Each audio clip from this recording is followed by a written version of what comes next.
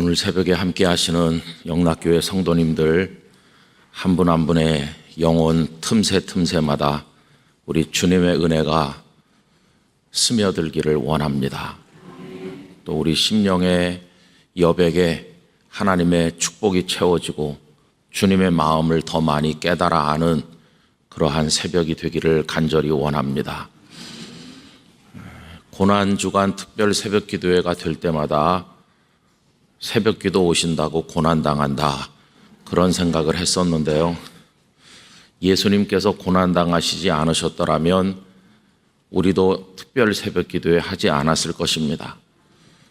그리고 예수님께서 고난당하지 않으신다는 것은 인간이 죄인이 아닐 때만 가능한 일인데, 아담과 하와가 범죄하지 않았더라면 예수님께서 십자가 지지 않으셨을 것이고, 또 우리도 멸망하지 않게 될 것이고, 그리고 우리도 고난주간 특별 새벽기도회는 안 했을 텐데, 그런 생각을 해보기도 했습니다. 그런데 아담 이후로 모든 인류는 다 죄 가운데 멸망하게 되었고, 우리 주님의 십자가의 고난이 아니었더라면 우리 중에 누가 구원을 받을 수 있겠습니까? 눈물겹도록 감사하고 또 감사한 일입니다.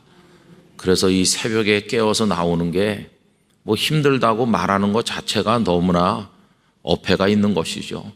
그런 말을 꺼낼 수조차 없는 것이고, 그저 가정에서 예배하든지 이곳에 오셨든지 주님께서 우리를 위해서 고난당하신 그걸 생각하면 입이 1000개 만개라도 할 말이 없습니다.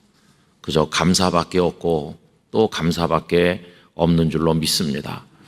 그런데도 우리들이 워낙 완악하고 우리의 마음이 비뚤어져서 하나님의 은혜를 깨닫지 못하고 살 때가 너무나 많은데, 이런 특별 새벽 기도회를 통해서 우리들의 영혼을 들여다보고 내가 복음의 본질에서 얼마나 많이 벗어나 살고 있나 하는 것을 깨닫고 다시 하나님의 말씀으로 추스르고 또 주님의 은총으로 새롭게 하기 위해서 오늘 새벽에도 모인 것입니다.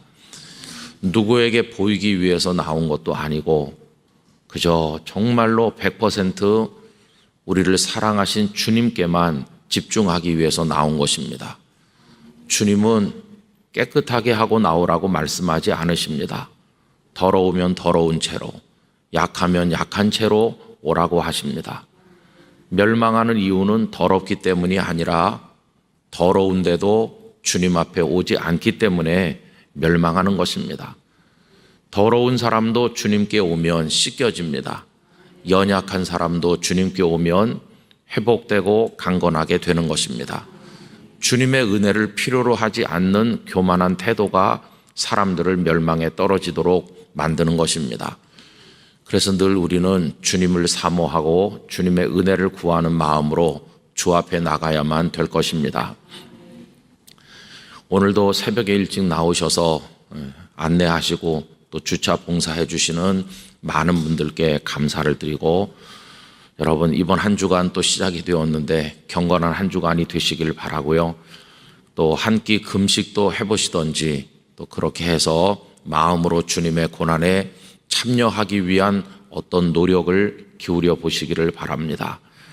그리고 또 한 끼쯤 금식하면서 그만큼 저축하셔서 그만큼을 내가 어려운 이들을 위해 사용한다든지 누구를 대접해 본다든지 아니면 선교지에 보낸다든지 작지만 그런 사랑의 노력을 하는 것도 의미가 있을 것이라고 생각이 됩니다. 그래서 이번 한 주간은 좀 특별한 마음으로 지나실 수 있기를 바랍니다. 여러분, 오늘 본문 말씀은 익숙하신 말씀이라고 생각이 됩니다. 예수님께서 회당에 가셨는데 한쪽 손 마른 사람이 있었고, 그래서 예수님께서 그 사람을 회복시켜서 온전하게 하시는 내용입니다. 아마도 이 회당은 명시되어 있지는 않지만 앞뒤 이렇게 문맥을 살피면 가버나움 회당이 아니었을까 생각이 듭니다. 가버나움은 예수님 당시에 상당히 큰 곳이었습니다. 정확하진 않지만 당시 팔레스틴 최대 도시인 예루살렘이 한 7, 8만 명 됐다고 합니다. 평상시 인구가. 그러다가 6월절이나 오순절 같은 절기가 되면 뭐 100만 명, 200만 명 모였다. 그런 기록도 있는 걸 보면은 그때는 특별한 경우고, 그래서 평소에는 한 8만여 명 살았다고 생각을 해보면 가버나움은 어느 정도 크기였을까요? 가버나움은 한 2만 명 정도 살았던 것으로 추정하고 있습니다. 갈릴리 이제 호반을 끼고 있는 곳이죠. 여러분, 예루살렘이 8만인데 가버나움이 2만 명이면 4분의 1이죠. 서울이 1000만이라고 하면 서울의 4분의 1이면 250만 명, 한 200만 명. 지금 지방에 200만 명 되는 도시가 대전, 뭐 대구 그런 데가 한 200만 명 조금 넘을까요? 그러니까 이 가버나움은 대단한 도시였어요. 그 당시로서는. 네, 거기 회당터가 1905년에 발굴이 되었습니다. 곳곳에 유대인들의 회당터가 발굴되고 있지만은 이 가버나움 회당터는 아주 규모가 크고 또 그 굉장했다는 걸 알 수 있는데, 가보면 이런 돌기둥이 여러 개 이렇게 솟아 있고 상당히 큰 회당인 것을 알게 됩니다. 가버나움이 크니까 거기 있었던 회당도 컸으리라 이렇게 생각을 하죠. 회당은 이스라엘 백성들이 멸망하고 포로로 끌려간 그 이후에 성전을 상실한 그들이 자신들이 사는 곳에서 하나님을 예배하기 위해서 만든 곳이라고 할 수 있겠습니다. 그래서 곳곳에 유대인들이 있는 곳에는 다 회당이 있었죠. 그 회당은 그 예배 형태나 여러 가지가 성전과는 완전히 달랐고 오늘의 교회와 흡사하였습니다. 성전은 제사를 드리는, 그리고 하나님의 성소와 지성소가 구분되어 있는 그런 곳이지만, 회당은 그냥 이렇게 들어와서 앉는 의자가 쭉 배열되어 있고 그냥 교회를 닮았어요. 초대교회 성도들의 예배 형식은 회당의 형식을 그대로 가져온 것인데, 그 회당에서 찬송하고 기도하고 말씀을 읽고 또 낭독하여 설명하고, 오늘 우리 예배랑 많이 닮았습니다. 근데 여기 지금 가버나움 회당인데, 여러분 이걸 가버나움 교회라고 한번 생각을 해봅시다. 오늘날 이 땅에도 교회들이 굉장히 많은 것이죠. 근데 가버나움이 큰 도시니까 이 회당도 컸으리라고 생각한다면, 이걸 교회에다 빗대서 생각한다면 이제 막 개척된 작은 교회가 아니고 적어도 성도가 수천 명 이상 있는, 오늘식으로 말하면 대형 교회, 이게 가버나움 회당이었으리라 이렇게 우리가 연결해서 생각을 해볼 수 있겠습니다. 근데 여러분, 오늘 이 말씀을 읽으시면서 어떠세요? 기쁨이 마음에 다가오십니까? 아니면 그냥 무감각, 무덤덤 이러십니까? 아니면 불편하십니까? 저는 이 말씀을 읽는 성도들이 기쁨을 느껴야 되는데 왜 그럴까요? 한편 손이 말랐던 사람이 주님의 은혜로 쫙 폈잖아요. 얼마나 놀라워요. 그죠?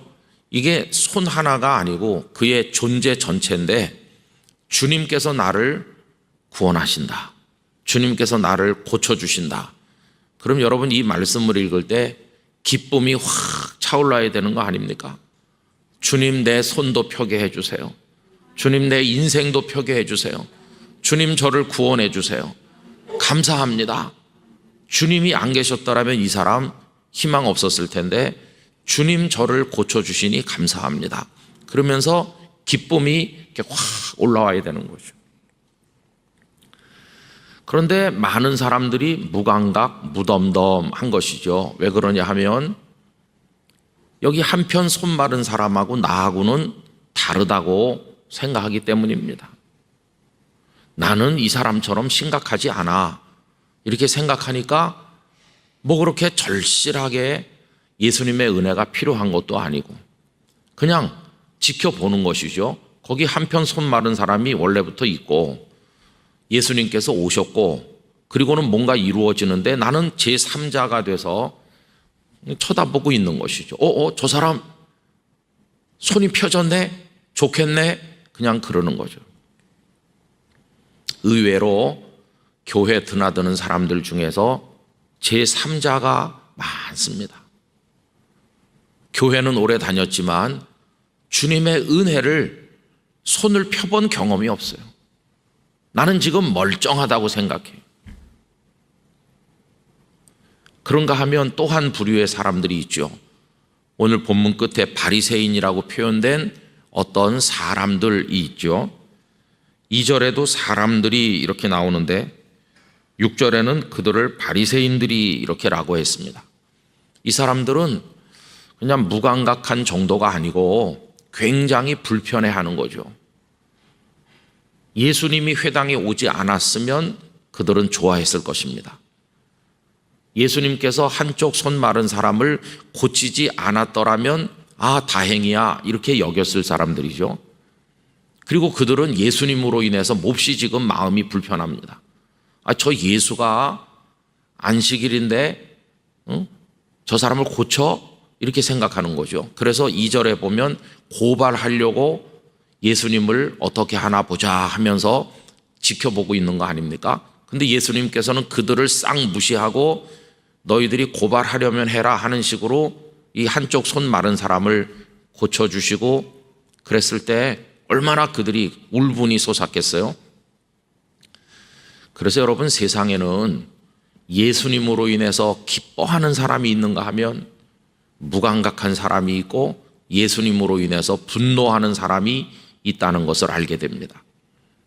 우리들은 어느 쪽에 서 있나 생각하는 것이죠. 아마 우리 성도님들은 목사님, 당연히 우리는 그 바리새인이나 예수님을 고발하려고 하는 그런 나쁜 사람이 아니죠. 우리 예수님 사랑해요. 그러니까 일단 이 사람들은 아니라고 칩시다. 이 사람들은 아닌 걸로 치고 나는 그냥 제3자인 경우는 있었던 것 같아 라고 생각을 하는 분도 계실 거예요. 그런데 중요한 것은 예수님으로 인한 기쁨을 맛보는 사람이 되는 것입니다. 예수님으로 인하여 구원받은 감격, 치료받고 회복된 기쁨, 이것이 영락교회 성도들 안에 충만하시기를 원하는 것입니다. 근데 참 이상하죠. 주님으로 인해서 말로 다 할 수 없는 막 기뻐서 춤을 추고 또 춤을 출 이런 기쁨을 경험한 이 한 사람은 방금 전까지만 해도 가장 불쌍한 사람이었어요. 이번에 주제대로 말한다면 변두리 인생이었어요.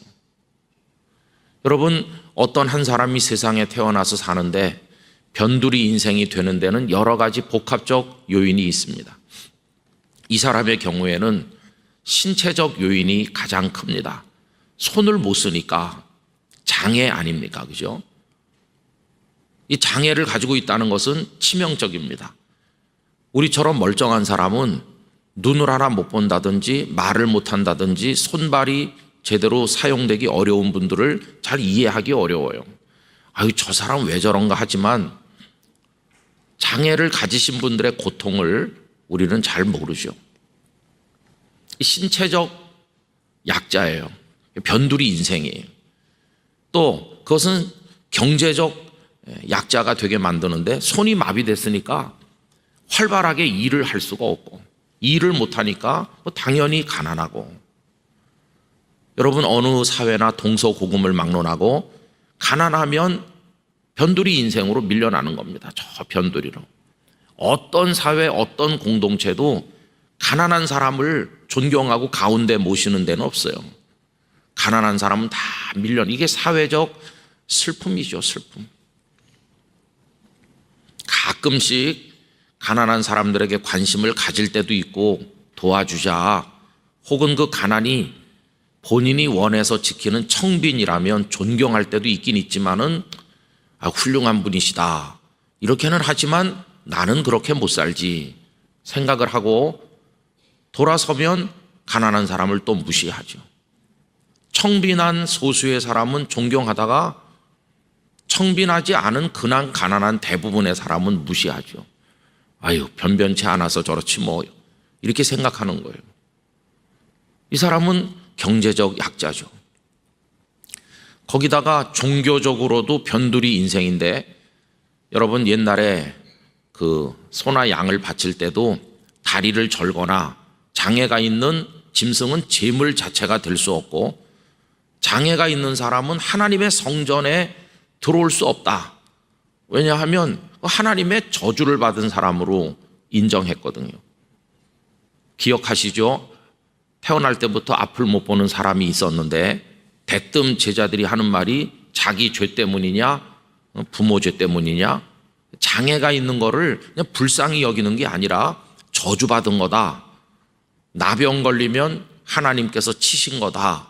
이렇게 생각하는 거죠. 그럼 코로나 걸린 사람 하나님이 진노하신 겁니까? 그런데 그런 의식이 다 있는 거예요. 그러니까 이 사람은 옛날 성전 같으면 근처에 얼씬도 못할 텐데 그래도 이건 성전은 아니고 회당이니까 들어와 있는 겁니다. 그런 그 회당에 지금 이 변두리 인생인 이 사람이 있고, 스스로 나는 중심 인물이야, 나는 가운데 사람이야, 이렇게 자처하는 이들이 있는 거 아닙니까? 어떤 사람들일까요? 그 회당의 회당장들, 회당 살림살이를 맡아서 사는 힘 있는 사람들, 그리고 여기 등장하는 자칭 의인들인 이 바리새인들, 그리고 그래도 가버나움 사회에서 힘께나 있고 회당에 들러서 어이 잘 있었는가 이러면서 행세하는 사람들은 자기 스스로 나는 중심이야, 가운데 인물이야 이렇게 생각하겠죠. 그러면서 헐깃 저 변두리 인생, 손 마른 사람, 인생이 마비된 사람 이렇게 그냥 한번 쳐다보겠죠. 얼마나 마음속으로 무시했을까요? 속으로 이렇게 말했을지도 몰라요. 옛날 같으면 얼씬도 못할 텐데 그래도 여기 들어오게 된 거 다행으로 알라고, 그러니 떠들지 말고 저 구석에 가서 조용히 있어. 편두리로 밀어내는 거죠. 손 마른 사람은 회당에 들어오게 된 것만으로도 감지덕지하면서 늘 구석자리에 쪼그리고 앉아서 눈물을 흘리는 인생 아니었을까. 아까 이 회당을 교회에 연결해서 생각해 보자고 그랬는데요. 오늘날 대형교회라고 하는 교회 안에 한쪽 손 마른 사람같이 눈물을 흘리는 사람이 있지 않겠습니까? 우리 영락교회를 두고 보면 나는 가운데 사람이야 이렇게 생각하는 분들 있으시죠? 저 사람 같은 사람이 어떻게 영락교회 다니지? 이러면서 변두리로 밀어내서 눈물을 흘리며 오래 다녔어도 존재감도 없고 그냥 구석에 쪼그리고 있는 이들도 있지 않을까요? 이게 슬픈 현실이죠. 그런데 그때나 지금이나 그런 게 마찬가지라고 하는 것입니다. 제가 오래전에 어떤 장로님의 이야기를 들었습니다. 그 장로님은 저 지방에서 한 열 몇 살 때 서울로 올라오셔서 그냥 공돌이죠, 공돌이. 배운 것도 없고 하니까 공장으로 이렇게 다니다가 그 산업 선교, 직장인 선교하는 분들과 연결돼 갖고 예수님을 믿게 됐고, 그리고 어느 교회를 열심히 다니는 거죠. 진짜 충실하게 열심히 다니고 봉사 열심히 하고, 그래서 그분이 그 교회 장로님이 됐어요.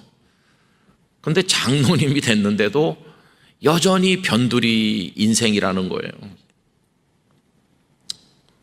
무슨 교회에서도 그분이 장로님이라고 존중해 주지도 않고, 그분은 그냥 근근히 살다 결혼해 갖고 근근히 아이들 결혼시키고 뭐 그러니까 뭐 형편이 여유가 없으시니까 교회 무슨 건축을 하든지 뭐 해도 큰 헌금을 바칠 여유도 없고, 당신으로서는 최선을 다하지만 참 어렵죠. 그래서 당신은 어떻게 장로는 됐긴 됐는데 아무 존재감이 없다는 거예요. 그러면서 그분이 그래도 주님은 아시겠죠? 이렇게 하면서 눈물 한 방울. 여러분, 그게 그때나 지금이나 있는 일이죠. 근데 제가 오늘 말씀드리려는 내용은요, 그게 아니에요. 이게 슬픈 세상인데 여기 보면 또 다른 변두리 사람이 있다는 거예요. 여기 손 마른 사람 말고 그 사람이 누굽니까? 예수님이세요, 예수님. 우리 예수님은 하늘 보좌를 떠나 이 땅에 오셨죠. 온 우주의 중심은 하나님의 보좌입니다. 하나님의 보좌가 중심입니다. 우리 주님은 그 중심에 계셨던 분이세요. 한가운데. 그런데 이 변두리로 이 세상으로 오셨어요. 마구간에 오셨고, 그리고 주님의 눈은 변두리 인생들을 찾아다니시는 겁니다. 오늘도 보면 고발당할 위기로 몰려 계시잖아요. 예수님을 고발하려고 사람들이 이렇게 보고 있는데, 사랑하고 존경하는 눈으로 봐도 살기 어려운 인생인데 고발하려고 사람들이 나를 보고 있다. 얼마나 슬프고 외롭고 힘들겠습니까? 주님은 지금 그러신 거죠. 그리고 6절 끝에 보면 죽이려고 한다. 이제 예수님을 떠밀어 가지고 낭떠러지에 떨어뜨려서 죽이려고 했던 나사렛 사람들이 생각나죠. 예수님은 떠밀려 갖고 저 낭떠러지 끝까지, 저 변두리 끝까지 떠밀리시는 모습을 볼 수 있어요. 그럼 주님은 하늘 보좌, 온 세상의 중심에 계시던 그 주님이 왜 이렇게 변두리로 떠밀려 가지고 사람들이 죽이려고 하는 지경에까지 이르셨나? 그것은 우리 주님은 또 다른 변두리 인생들을 찾아 구원하시려고 오셨기 때문이에요. 당신이 변두리로 오신 거예요. 그래서 주님이 회당에 들어오셨을 때 여기 사람이 몇십 명 있었는지 몇백 명 있었는지 모르지만 주님이 회당에 들어오셨을 때 자기 자신을 가운데 인생이라고 자부하는 사람들에게는 눈길조차 주지 않으시고 딱 한 명, 그 손이 마른 변두리 인생, 손 마른 사람, 그 사람에게 사랑의 시선을 보내시는 거예요. 예수님의 사랑의 눈길이 그에게 머무는 그 순간 놀라운 일이 일어났는데, 이 손 마른 변두리 사람이 주님 앞에서는 중심 인물로 바뀌는 거예요. 변두리에서 가운데로. 주님은 너 저 변두리에 몰려나 있구나. 괜찮다. 내가 여기 있는 한 너는 오늘 가운데 중심에 서게 될 것이다. 나는 변두리로 밀려난 사람들을 가운데 세우기 위해서 이 땅에 왔다. 그러면서 바리새인 거기 내놓으라 하는 사람들 예수님은 쳐다보지도 않으셨어요. 그들은 스스로 가운데 사람이라고 자부했는지 모르지만 주님께서는 그들을 저 변두리 인생으로 치부하셨고, 변두리로 몰려나 고통받던 이 사람을 사랑의 눈으로 가운데 세우셨어요. 주님 앞에서는 변두리와 가운데가 180도 뒤바뀐다는 것을 알게 됩니다. 나는 예수님이 쳐다보는 거 관심 없어. 예수님이 나 봐주지 않아도 나 잘 살아. 내가 바리새인인데 저 예수 선생이 나를 긍휼히 여기는 게 뭐 필요하냐? 우리 집에 돈도 많아? 이런 사람들은 예수님이 필요 없겠죠. 그러나 정말 주님이 필요하고 주님의 은혜가 필요한 사람은 주님의 사랑의 눈길을 받아야 되는 거 아니겠어요? 근데 주님의 사랑의 눈길은 가운데 사람이라고 자부하는 이들에게는 미치지 않으니까 진짜 주님의 은혜를 받으려면 자발적으로 변두리로 가야 되는 것이, 자발적으로.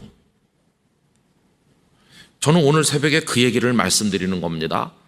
우리 영락교회 성도님들 중에도 사회적으로 성공하시고 경제적으로 든든하고 모든 면에 남부럽지 않게 사시는 분들이 많이 계신데, 그게 혹여라도 주님의 시선을 받지 못하게 만드는 교만으로 작용한다면, 여러분 오늘 새벽에 주님, 저 주님의 은총 아니면 못 삽니다.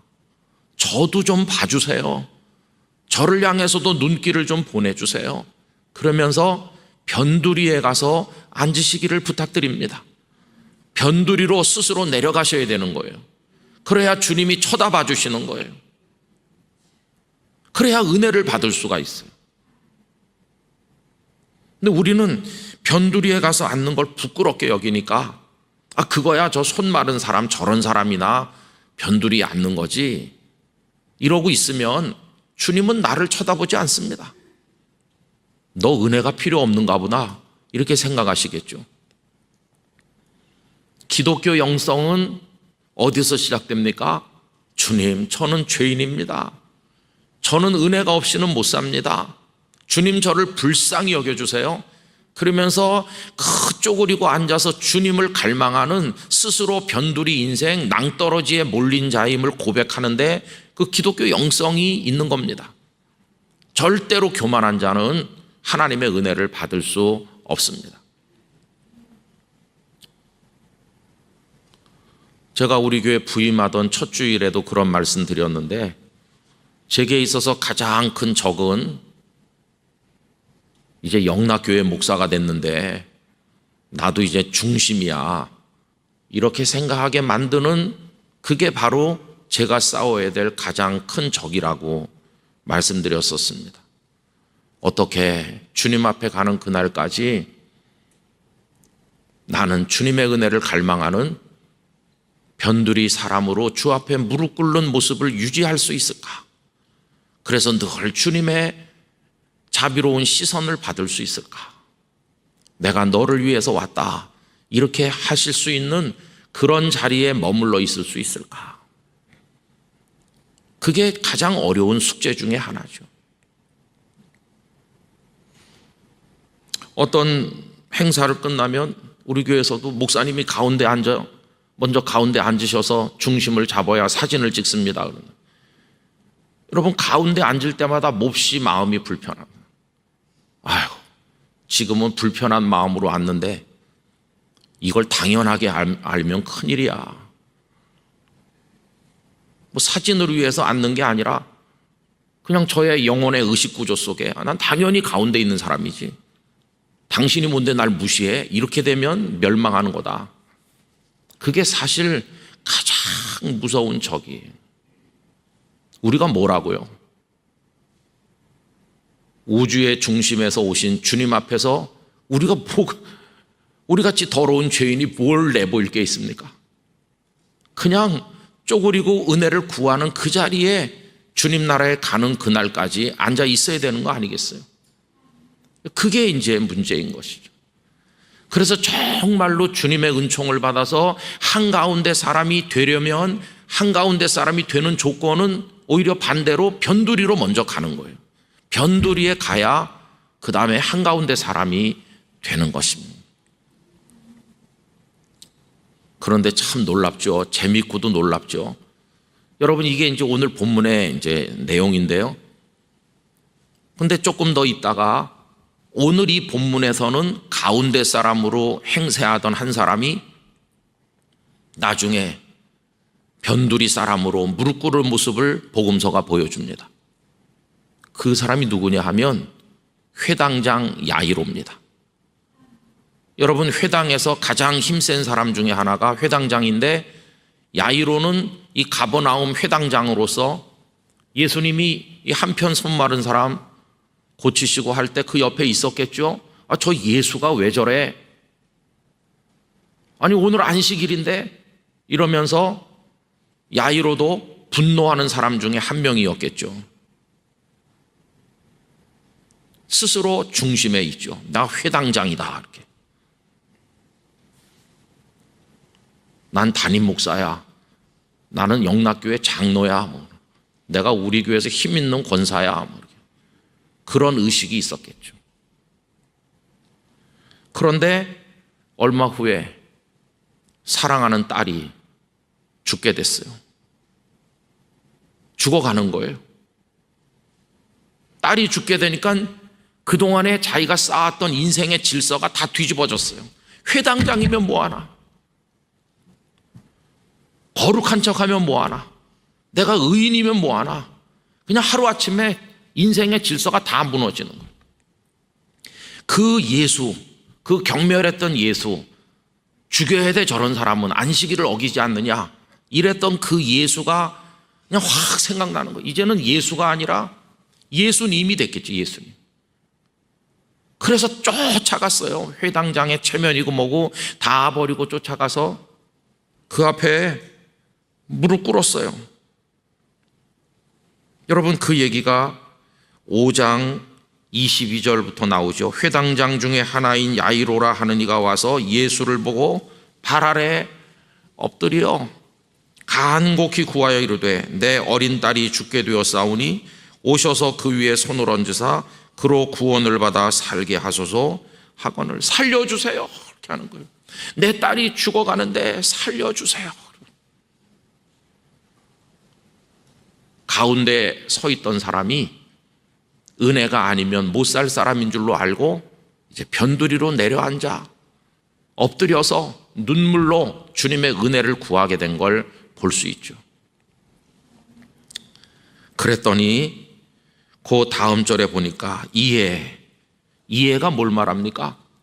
그가 가운데 서서 거들먹거리지 않고 변두리 인생임을 스스로 자처하면서 쪼그리고 엎드려 눈물로 은혜를 구하니, 그런 뜻이겠죠. 그랬더니 그와 함께 가실세. 시선도 주지 않던 그 사람과 이제는 일어나라, 내가 너희 집에 가주겠다, 네 딸에게로 가주겠다, 너의 고통의 한복판으로 내가 들어가 주겠다, 주님의 시선을 받는 사람으로 바뀌게 되었어요. 은혜를 받는 사람으로 바뀐 것입니다. 그리고 나중 이야기가 어떻게 전개됩니까?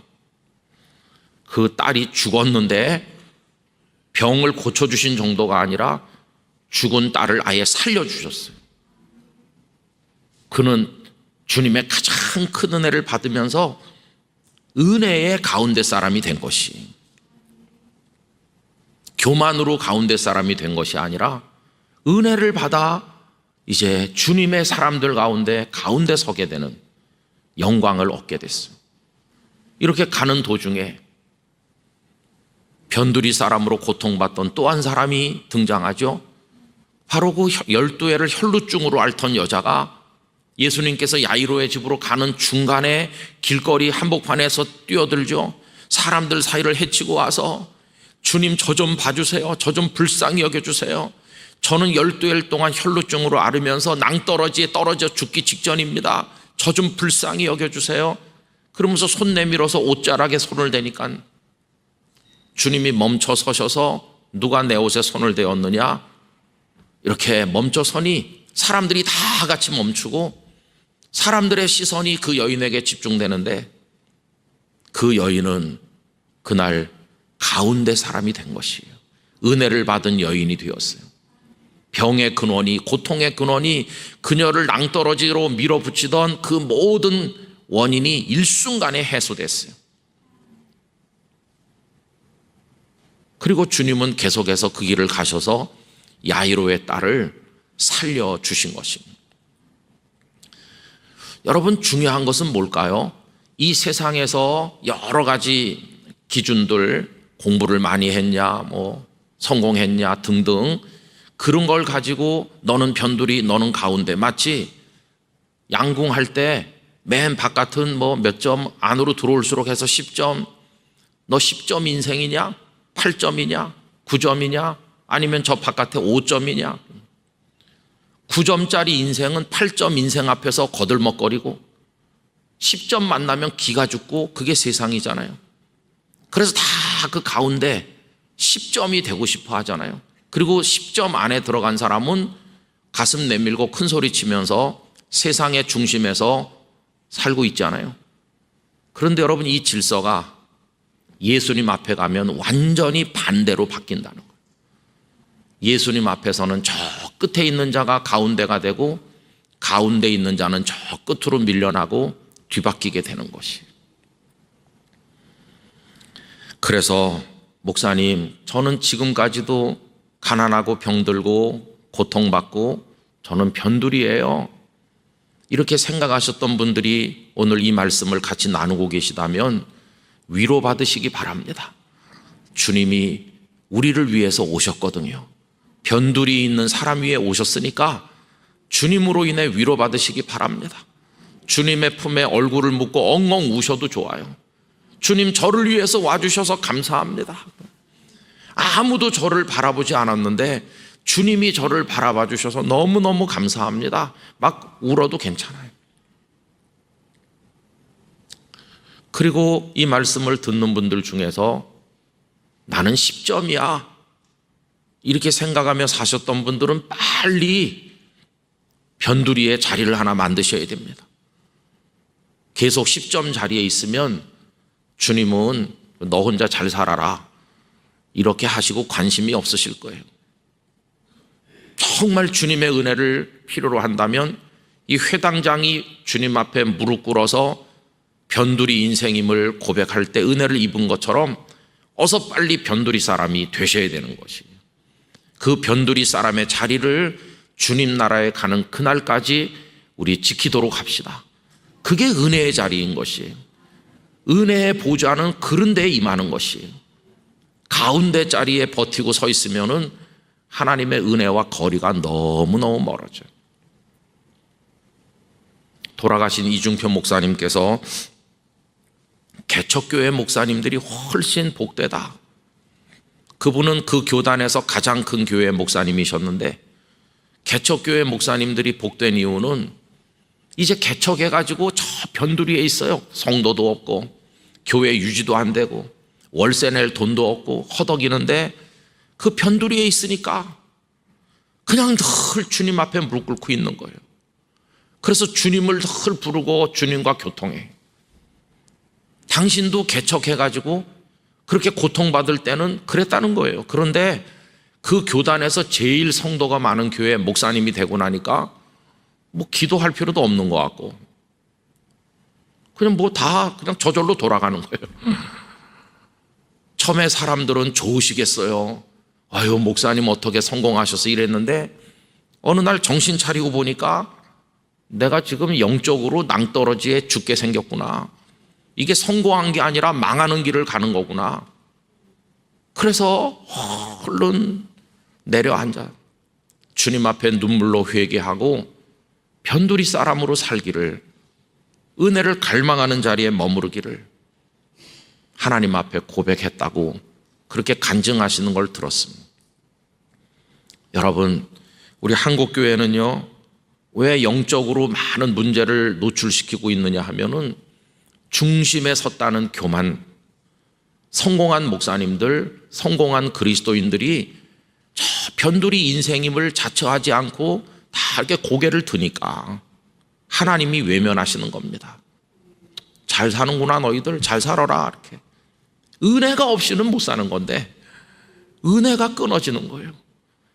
은혜를 구하고 부르짖는 소리가 다 죽었어요. 그러니까 한국교회 기도가 죽었어요. 주님 앞에 몸부림치는 게 없어졌어요.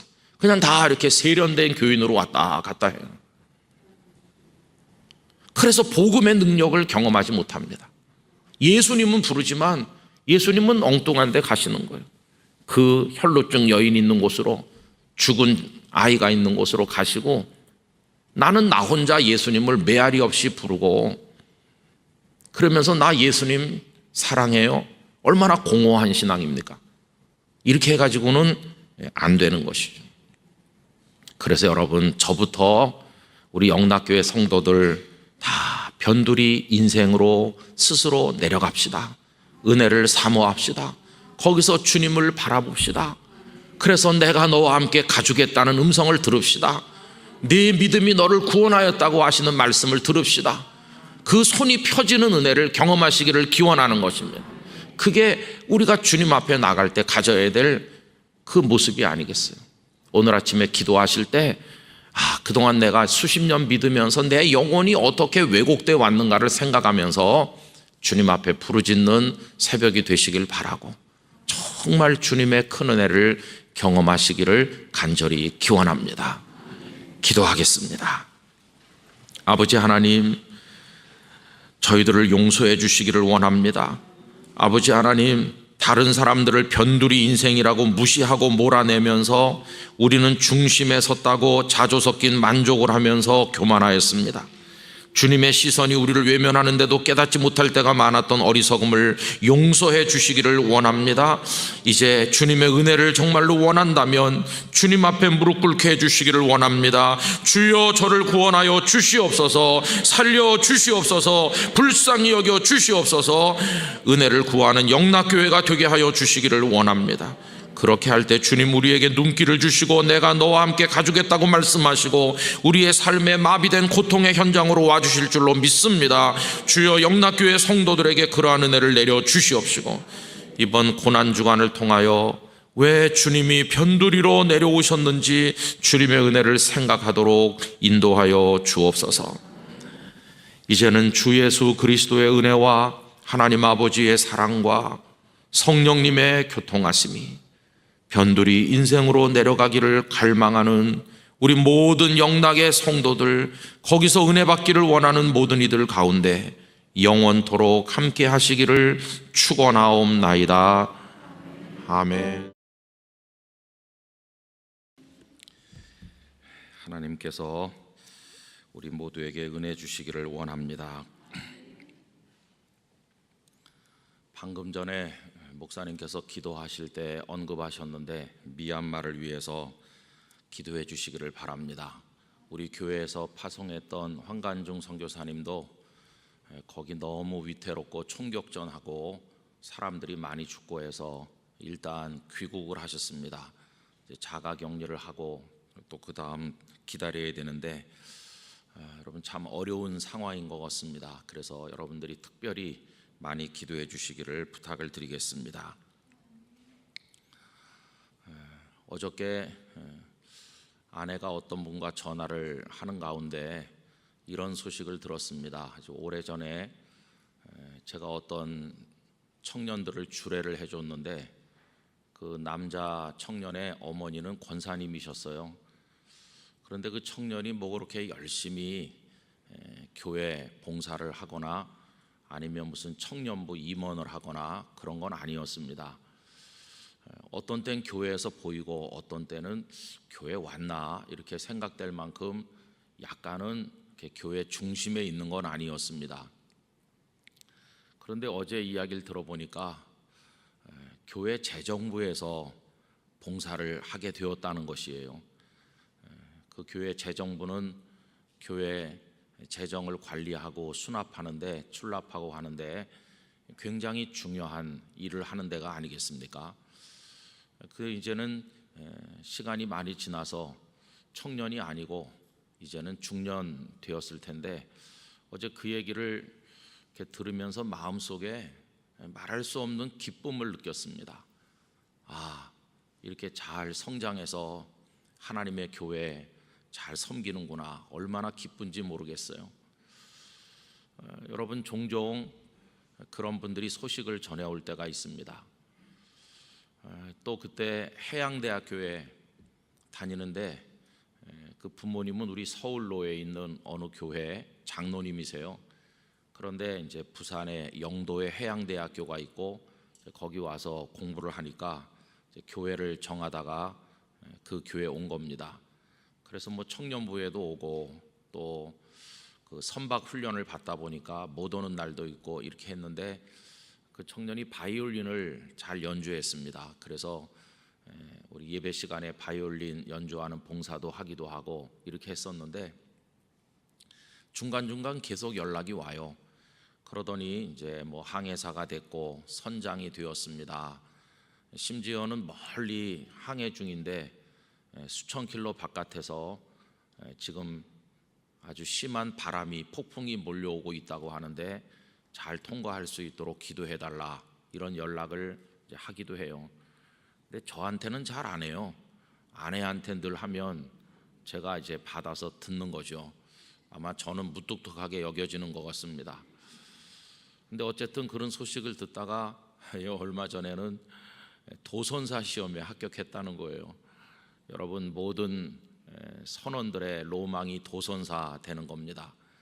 그러니까 배들이 큰 항구에 들어오면 그 배가 그 항구 바닷속 지형을 잘 모르기 때문에 접안하기가 어려우니까 도선사가 승선해서 배를 안내해 가지고 안전하게 배를 댈 수 있도록 말하자면 자동차 파킹을 도와주는 것처럼 도선사가 굉장히 되기가 어렵고 그 대신 보수도 많고 그렇습니다. 위험 부담이 많죠.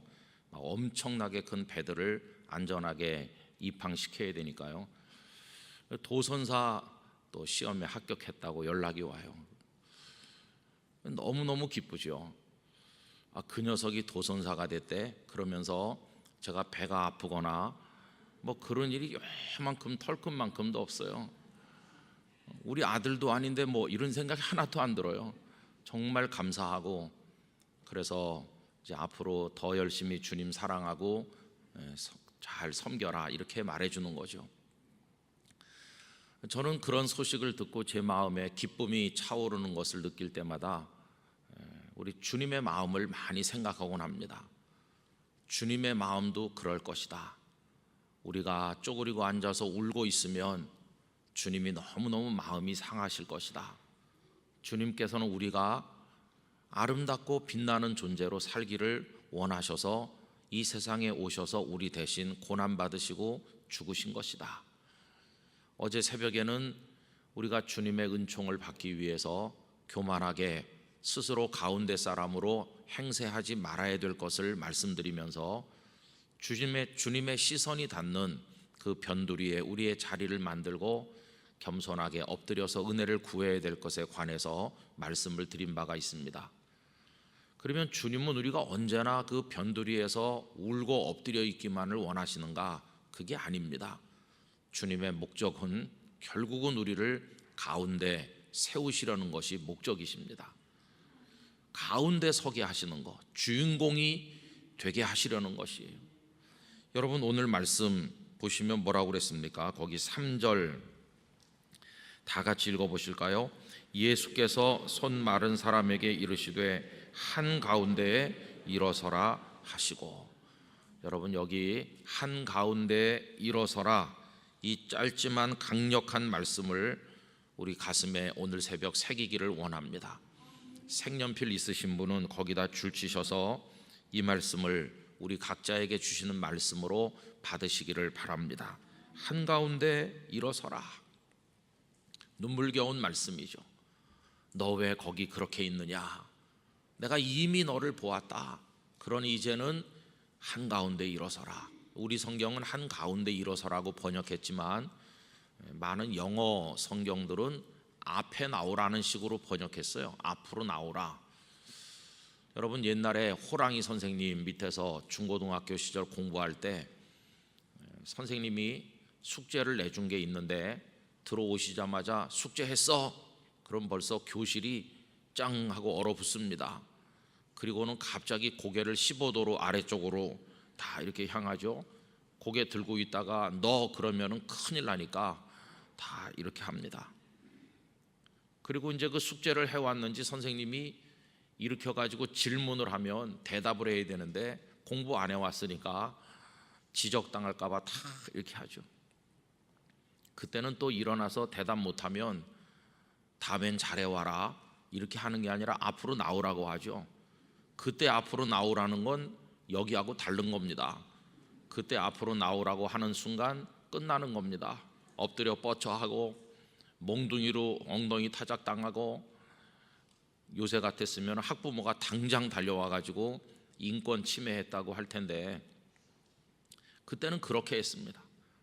좀 심한 선생님은 운동장 집합 그러면은 그 아이 때문에 나머지 아이까지 몽땅 운동장에 나가서 1시간 내내 귀 잡고 오리걸음 하는데, 그래도 뭐 지나가는 선생님들이 웃기만 하지 아무도 말 안 해요.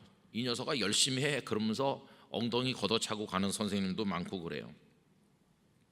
그때는 너 그러는 게 무서운 공포였습니다. 근데 이건 다르잖아요. 거기 지금 회당에 사람이 얼마나 있었는지 모르지만 한가운데 일어서라고 주님께서 가까이 다가가서 말씀했는지 먼 데서 바라보면서 말씀했는지 모르지만 일어서라고 할 때 이 사람이 어땠을까요? 저는 이 사람이 기쁘기만 한 건 아니었을 거라고 생각합니다. 도대체 왜 나를 일어나라고 하지? 이 사람도 벌써 분위기를 알지 않습니까? 예수님께서 회당에 들어오실 때 지체 높은 사람들이 막 예수님을 환영하면서 잘 오셨습니다. 우리 회당에 오시기를 기다렸습니다. 여기 상석에 앉으시죠. 이런 분위기가 아니거든요.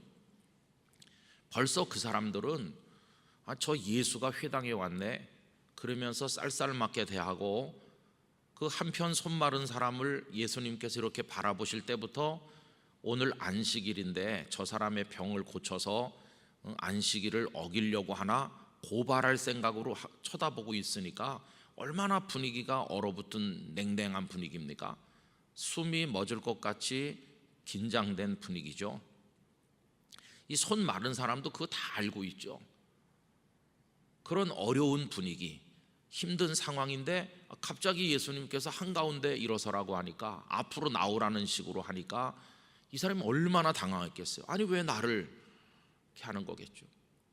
물론 마음 한구석에서는 그동안에도 예수님께서 가버나움과 그 주변에서 병들고 가난한 사람들에게 어떤 사랑을 베푸셨는지를 많이 들었을 테니까, 저분이 나에게 관심을 가지시는 건 오늘 나에게 은혜를 베푸시려는 것인가, 이런 기대가 없지는 않았겠죠.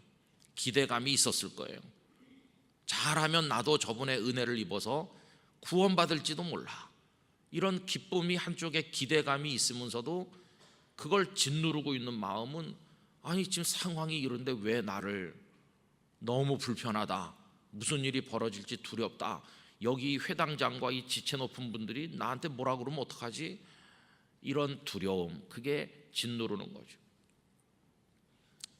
그런데 여러분, 이 사람은 예수님께서 일어나라 이렇게 하셨을 때, 여기 본문에 일어났다 이런 단어는 없지만 그 다음 말씀이 내 손을 내밀라고 하셨잖아요. 여기 보면 이 사람이 지금 일어나 있다는 걸 알 수 있죠.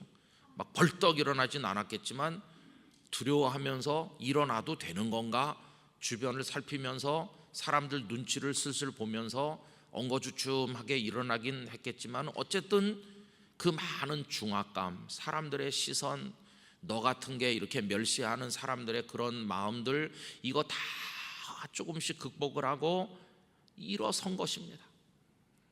만약에 이 사람이 일어서지 않고 계속 쪼그리고 있었다면 어떻게 됐을까요? 나 같은 게 어떻게 일어나, 막 손사래를 치면서 아닙니다 이런 식으로 거절하면서 그냥 계속 더 고개 숙이고 그 한쪽 구석에 웅크리고 있었더라면 어떻게 했을까? 그런데 그 사람은 일어서는 데 성공했어요. 여러분, 일단 일어서야 됩니다. 왜 일어서라고 하는지 몰라도 하여튼 일어서야 되는 거죠. 그 이유는 주님이 말씀하시니까요. 일단 일어서면 그분이 뭐 손을 내밀라고 하실지 다 알았을까요? 조금 있으면 손 내밀라고 하실 거야. 그러면 내 손이 펴질 거다. 주님께서 미리 그 전날 오셔서 내가 내일 너 만나서 일어나라고 할 테니까 일어나, 이렇게 귀띔하셨나요? 아무것도 모르죠. 그러나 일단 주님께서 자신에게 관심을 보여주신 데 대해서 기대감을 가지고 두렵지만 일어나는 거죠. 저는 영락교회 성도님들께서 주님께 대한 기대감을 점점 크게 가지시기를 바랍니다. 그리고 우리를 누르고 좌절시키려는 사탄의 공격을 떨쳐내시고 일어서실 수 있기를 원합니다. 일어서야 되는 것이죠. 그래야 그 다음에 손 내밀라, 이 은혜가 우리에게 올 거 아닙니까? 근데 사람들은 아유 내가 어떻게 해요 이렇게. 여러분, 이게 이스라엘 백성들이 떨쳐내기 힘들었던 노예의 근성이죠.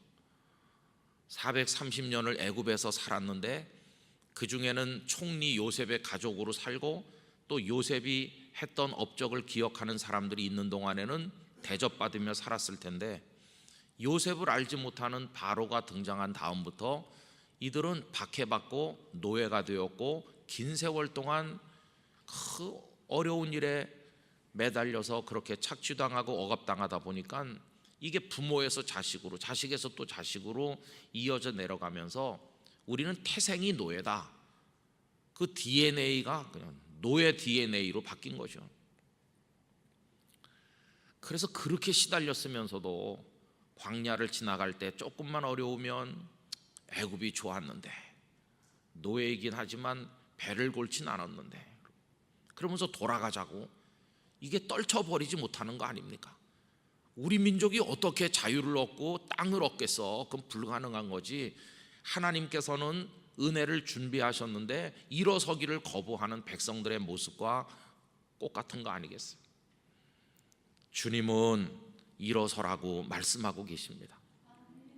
이 주님의 심정적 지지를 기쁨으로 받으시기를 바랍니다.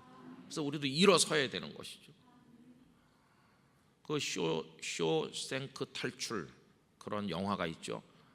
아마 다 보셨을 거예요.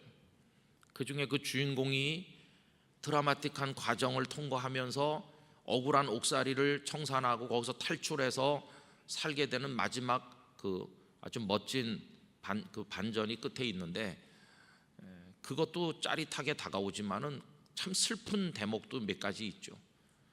그 중에 하나가 교도소에서 50년을 복역한 브룩스라는 키가 자그마한 노인이 나옵니다.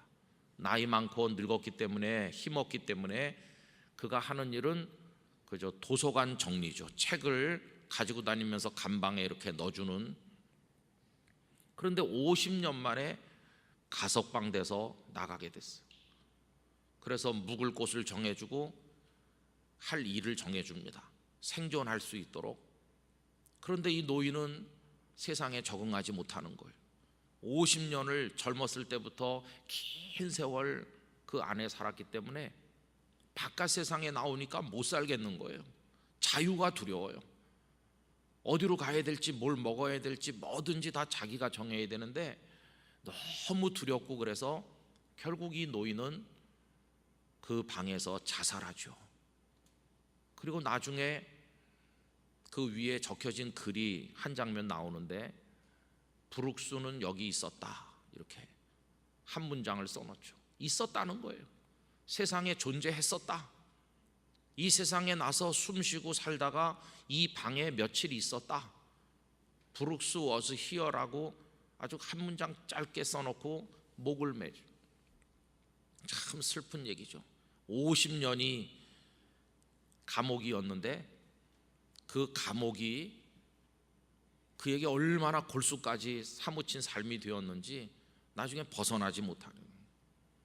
여러분, 죄가 그런 것입니다. 죄가 너무 우리를 고통스럽게 하니까 예수님께서 십자가의 고난을 통해 우리의 죄를 깨끗하게 씻으셨는데도 아직도 그 죄책감에서 벗어나지 못하는 거예요. 나 같은 죄인이 이렇게. 그래서 성도님들 중에도 조금 어려운 일이 생기면 이렇게 말씀하는 분이 많아요. 목사님, 제가 죄가 많아서요. 이렇게. 여러분, 그런 데서부터 완전히 벗어나시기를 바랍니다. 계속 내가 죄가 많아서 이건 은총을 구하는 태도가 아닙니다. 그렇게 말해야 변두리에서 무릎 꿇고 주님 나를 구원해 주세요 이렇게 하는 겸손한 태도, 그게 아니고 이거는 그냥 패배감이고 좌절감이고, 당신이 아무리 위대한 주님인지 몰라도 나는 구원받을 수 없어요. 당신은 나는 구원할 수 없어요. 이러면서 오히려 주님을 무시하는 행동밖에는 안 되는 거죠. 그래서 우리는 이 죄책감도 주님 앞에서 떨쳐낼 수 있어야 돼요. 주님이 일어나라고 하는데 그럼 다 털고 일어나야 되는 거죠. 이 얘기는 교만하게 되자는 얘기가 아니라 주님의 은총을 입은 사람답게 그 은총을 받자는 얘기입니다. 그리고 기뻐하자는 말씀이죠. 여러분, 주님은 우리를 이렇게 세우기를 얼마나 간절히 원하시는지. 결국 문제는 우리 자신이죠. 그래서 이 사람이 두렵다. 저들이 얼마나 평소에 나를 냉대했는데 저 예수 선생께서 갑자기 날 일어나라고 하니 이거 내가 괜히 일어났다가 나중에 봉변당하는 거 아닌가? 이런 인간적 두려움을 떨쳐내지 못했더라면 이 사람은 그냥 거기 있었겠죠. 그런데 쪼그리고 있는 그 변두리 그 자리에서 손을 펴고 온전케 되는 구원의 단계에 나가는 그 중간 과정이 일어서는 거였어요. 이 사람이 일어선다는 것은 당신께서 내게 말씀하신다면 따르겠습니다. 이 사람들이 뭐라고 하든지, 이 사람들이 내게 주는 중압감과 억압보다 난 당신의 사랑을 더 신뢰합니다. 그럼 이 사람이 신앙 고백하는 겁니다. 일어나라고 할 때 일어서는 행동이 말없는 위대한 신앙 고백이었어요. 이제부터 무슨 일이 벌어지든지 나는 나의 인생을 당신께 맡기겠습니다. 당신께서 나를 어떻게 하실는지 나는 모르겠지만 하여튼 당신께서 나를 맡아주세요. 영영 이 회당에 못 들어온 일이 있어도 좋습니다. 상관없습니다. 당신께서 나를 일어나라고 하시니 나의 모든 걸 맡기고 일어서겠습니다. 여러분, 많은 사람들이 주님께서 우리를 얼마나 지지해주고 사랑해 주시는지를 잘 모르고 아직도 못 일어나는 이들이 너무나도 많이 있는 것입니다. 여러분, 하나님께서 얼마나 우리를 사랑하십니까? 내가 너를 지명하여 불렀나니 너는 내 것이라고 말씀하셔도 계속 이러고 있죠. 여러분, 그때는 아버지 감사합니다 그러면서 일어서야 되는 것이죠. 사람에게 지지를 받으려고 하지 말고 우리 주님의 지지를 받으시길 바랍니다. 많은 목사님들 이렇게 만나서 이런 얘기 저런 얘기 하다 보면 목사님들이 참 약하다는 걸 알게 돼요. 그 젊은 목사님들이 이제 교회 부임하시잖아요. 그래서 뭐 한 40대 중반에 교회 부임하면 처음에는 막 의욕이 충만해요. 저는 의욕이 너무 충만한 분을 볼 때마다 좀 불안해요. 글쎄, 믿음이 좋은 건가? 저런 자신감은 어디서 나오는 건가? 오히려 염려가 될 때도 많이 있어요. 그럼 이제 만나면 한 1년 지난 다음에 그래 요새 목회가 어떠냐고, 아유 얼마나 행복한지 모르겠어요. 이럴 줄 알았으면 일찍 담임 목회 시작할 걸 왜 이때까지 있었는지 모르겠어요. 그러면서 막 기쁨 충만하고 의욕 충만하고 목회 계획도 그냥 얼마나 많이 세워놨는지 그러면서 또 막 굉장히 신바람이 나서요. 그러다가 이제 한 1년 더 지나면 풀이 죽어요. 풀이. 그래가지고 이제 찾아오는 목사님들도 몇 사람 만났어요. 풀이 왜 죽었을까요? 사람들의 지지를 의지하다가 무너져 내린 것입니다. 그렇게 사랑해서 결혼한 부부도 권태기가 오고 그렇잖아요. 그런데 젊은 목사님, 연세 많은 목사님께서 계셔가지고 설교도 느릿느릿하시고, 여러분 나이가 많이 드시면 다 이렇게 굼떠집니다. 아무리 빨리 하려고 해도 생각도 좀 느려지고 그렇잖아요. 그래서 저도 나이가 제법 있기 때문에 말을 좀 빨리 할까 그렇게 생각하기도 하는데 느릿느릿하면 좀 그렇잖아요. 그러다가 젊은 목사님이 와갖고 새로운 프로그램 하고 막 펄펄 뛰니까 와 행복하다 그래요. 근데 이제 젊다 보니까 또 실수도 하는 거고, 아이고 옛날 목사님은 저렇지 않았는데 저 왜 저러지, 구관이 명관이야 이러고 뭐 이런저런 문제들이 생기면서 그 젊은 목사님을 그렇게 좋아하던 성도들이 이렇게 좀 식어버리는 것이에요. 그럼 이제 이 목사님이 무너지는 거예요. 왜 날 좋아하지 않지? 위기가 어디서부터 오는 걸까요? 위기가 바깥에서 오는 게 아니고 자기 마음속에서 이미 시작할 때부터 위기가 있었던 거예요. 어떤 위기일까요? 주님께서 응원해 주시고 주님께서 지지해 주시고 주님께서 힘을 주실 때 주님을 의지해서 출발했어야 되는데 맨 처음부터 사람의 응원에 힘입어서 했으니까 이미 위기는 시작된 것이었어요. 그래서 제가 그런 목사님들께 해드릴 수 있는 얘기는 하나밖에 없는 거죠. 목사님, 그래도 주님은 목사님을 응원하고 있어요. 그래도 목사님을 강단에 세울 때는 내 말씀을 선포하라는 사명을 준 거니까 오늘이 마지막 주일이라고 할지라도 성도들을 사랑하는 마음으로 목사님의 인간적인 욕심 다 빼고 정말 이 성도들에게 하나님의 말씀을 전하고 싶다는 그런 순수한 마음으로 마지막 설교라고 생각하고 늘 하세요. 그리고 하나님만 의지하세요. 하나님만.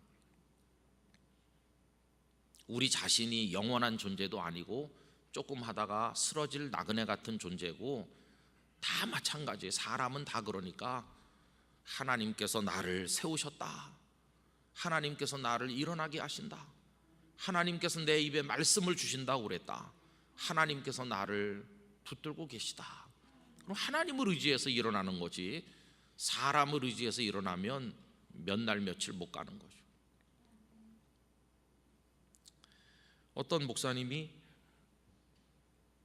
어느 교회 부임을 하게 됐는데, 아니 어떻게 그 교회에 가게 됐냐고 그랬더니 거기 제가 잘 아는 장로님이 계신데요, 평소부터 알았다는 거예요. 아, 그래요? 어떻게 해요? 아니, 뭐 우리 집안하고도 옛날부터 좀 알고, 그런데 그분이 그 교회에 유력하신 분이라고. 그래서 장로님들과 의논해서 저를 오라고 그래요. 그래서 위험한데, 위험한 거다. 유력한 분을 잘 알아서 그분이 힘써가지고 목사가 되는 건, 그거는 진짜 위험한 거다. 왜냐하면 그 유력한 장로님의 목사가 될 가능성이 많거든요. 주님이 세우신 주의 종이 되어야 되는데. 그 다음 얘기는 뭐 하지 않도록 하겠습니다. 여러분, 우리를 지지해 주시는 분은 주님뿐이세요. 그 주님은 다른 계산이 없으세요. 사람들은 내가 저 사람에게 박수를 쳐주고 그러면 나한테 뭘 주겠지, 이렇게 다 계산하면서 우리 주변에서들 행동하고 그렇지만, 우리 주님은 그냥 100% 사랑이에요. 100% 사랑으로 나는 내가 행복하게 빛나는 존재로 사는 걸 보고 싶다. 내가 십자가에서 고난당하고 피 흘리는 거 그것 때문이야. 너한테 뭘 받아내려고 하는 계산 같은 거 없어.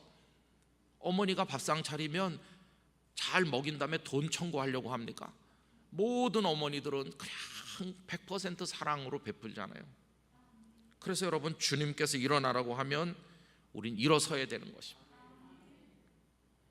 여러분들이 이미 잘 아시는 얘기지만은, 저도 중학교 3학년 때 많이 아팠었다는 얘기 많이 말씀드렸잖아요. 여의도 순복음교회 그 큰 예배당에, 그땐 서대문에 있을 때인데, 그때도 수천 명 앉는 예배당이죠. 어느 수요일 저녁 그 많은 성도들 모인 자리에서 일어서라고, 얼굴, 몸 이런 데 아픈 사람 일어서라고 하니까 그 많은 사람 중에 저 혼자 일어났거든요. 그날 밤 일어섰던 그 감동은 평생 잊히질 않는 거예요. 주님은 나를 그날 저녁에 일어나게 하셨다. 그 조용기 목사님의 입을 통해서 일어나라고 하셨다. 그래서 내가 일어났고, 2주일 후에는 그 몇 개월 가던 그 병명도 모르던 병이 고침을 받았고, 내가 온전해져서 말할 수 있게 됐고, 계속 공부할 수 있게 되었다. 한번 일어서는 경험을 하면요, 그게 평생 가는 거예요. 평생. 내가 약해질 때마다 힘이 되는 거예요. 저도 거울 앞에 설 때마다 이게 이렇게 되고 몸이 이렇게 됐었는데, 은총이 여기 붙어 있는 거예요. 저는 이 사람을 생각해 봅니다. 내 손을 내밀어라. 이렇게 마비돼서 굳어 있었는데, 그 다음부터 내밀고 다 쓰고, 세수할 때 손으로 뭐 할 때 그 손 볼 때마다 예수님이 생각날 거 아니겠어요? 이게 은혜 받은 경험이거든요. 그 다음에 그의 인생에 어려움이 와도 손만 보면 주님이 계시지, 이게 얼마나 힘이 되겠어요. 그래서 우리 영락교회 성도 여러분, 일어서시기를 바랍니다. 주님은 우리를 한가운데 세우시기를 원하시는 것이, 변두리 자리에서 겸손하게 엎드려 눈물 흘리며 주님 나를 구원해 주세요, 나에게 은혜를 베풀어 주세요, 이러다가 은혜를 입은 사람은 은혜를 받아도 여전히 겸손합니다. 나는 원래 저기 있었던 사람이지, 그러면서 여전히 겸손하고 그냥 주님만 바라보는 것이죠. 스스로 가운데 서 있었던 사람은요, 그런 주님의 능력을 경험하지도 못할 뿐만 아니라 그의 마음은 언제나 싸늘하게 식어 있을 수밖에 없고, 늘 회당에 드나들겠지만 그 사람은 주님의 은총을 경험한 적이 없기 때문에 그냥 죽은 신앙이죠. 종교화된, 화석화된 그런 모습이죠. 그러나 이 사람은 정말 초라했지만, 그 가버나움 마을에서 저 사람 저 손이 바로 그 손이야. 모든 사람이 그를 쳐다보고 존귀한 사람으로 그 손으로 마음껏 일하면서 살아가지 않았겠습니까? 그래서 주님은 오늘도 우리에게 한가운데 일어서라 이렇게 하시는 것이, 여러분, 우리는 초라한 존재가 아닙니다. 우리가 비록 죄인이고 핸디캡이 많고 연약한 거야 뭐 말할 수가 없죠. 무능하고 그렇죠. 그러나 우리가 존귀할 수 있는 근거는 우리 자신에게 있는 것이 아니라 일으켜 세우시려고 이 땅에 오셔서 십자가 지시고 고난받으신 그 주님의 사랑에 근거가 있는 것입니다. 주님 나를 사랑하시니 그 사랑 안에서 나는 귀하다. 그러면서 일어서서 살아가는 것입니다. 그는 한쪽 손을 내밀어서 편 다음에도 눈물이 멈추지 않았을 것입니다. 다시 주저앉았을까요? 아니요. 일어섰을 뿐만 아니라 그는 막 탄성을 지르면서 막 기뻐 뛰었을 것입니다. 그의 생애가 완전히 달라진 것이죠. 그걸 위해서 주님은 오신 것입니다. 그래서 존 파이퍼 목사님은 기독교 신앙의 본질은 기쁨이라고 그랬습니다. 주님이 나 같은 사람을 가운데 세우시고 손 펴게 하시고 나를 구원하셨다 할렐루야 찬송할 때 막 기뻐 뛰는 거죠. 살아있는 교회 공동체에는 그런 기쁨이 넘쳐야 되는 것입니다. 나 같은 죄인 살리신 그 은혜 놀라워 그 찬송 부를 때 성도들의 눈에 감동의 눈물이 있는 것이고, 나 같은 사람을 주님께서는 변두리에 버려놓지 않으시고 가운데 이렇게 세워주셨다. 감사합니다 주님.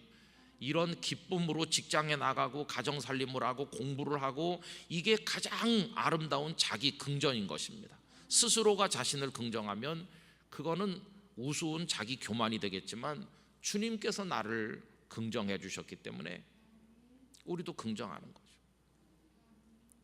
그래서 여러분, 주님 앞에서 우리가 예스 하면 주님은 노 하신다고. 스스로를 믿는 교만으로 저 괜찮죠?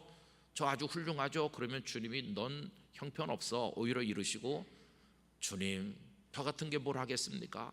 노 그러면서 모세에게 너 가라 내 백성 구원하라 노 그러면서 저 같은 게 어떻게 이러면은 아니야 넌 할 수 있다. 내가 너에게 능력의 지팡이 주지 않느냐, 내가 너와 함께 하지 않느냐. 우리가 노 하면 주님은 예스 해주시는데 끝까지 노라고 그러면서 주님의 베푸시는 은혜를 무색하게 만든다면 이건 오히려 주님에게 큰 잘못을 저지르는 것입니다. 이 은혜가 오늘 새벽 우리 위에 임하는 줄로 믿습니다. 주님이 나를 이렇게 세우려고 십자가 지시는 거다. 얼마나 감사한가. 여러분 힘내셔서 어떤 인생의 고통이든지 극복하시고, 사람들이 설령 여러분들을 인정하지 않아도 주님이 나를 인정하신다고 하는 이 기쁨을 가지고 세상을 이겨나가시게 되기를 바라는 것입니다. 이 얘기를 꼭 자녀들에게도 해주시면 좋겠어요. 우리 아이들이 학교 공부가 잘 안 되면 완전히 풀이 죽고, 더군다나 청년들 취직이나 여러 가지 현실적인 장벽 앞에서 진짜 변두리에 나가 떨어져 있는 좌절된 청년들도 많아요. 그런 이들에게 주님은 너를 가운데 일어서게 하신다. 여러분 그런 의식을 가지고 하나님의 은혜를 받게 되기를 원합니다. 얼마나 우리가 귀한 존재인지 오늘 아침에 기쁨으로 기도하시면서 주님의 은혜를 충만히 누리시기를 간절히 축원합니다. 기도하겠습니다.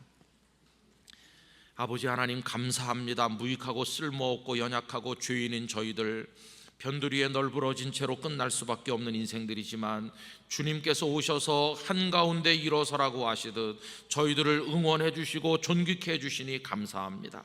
아버지 하나님이여, 주께서 말씀하시는데도 거절하면서 여전히 쪼그리고 있는 저희들이라면 용기를 주시기를 원합니다. 어떤 어려운 문제를 극복하고서라도 일어서게 하여 주시옵소서. 일어서는 것은 손을 펴게 되는 은혜를 얻는 첩경임을 알게 하여 주시옵소서.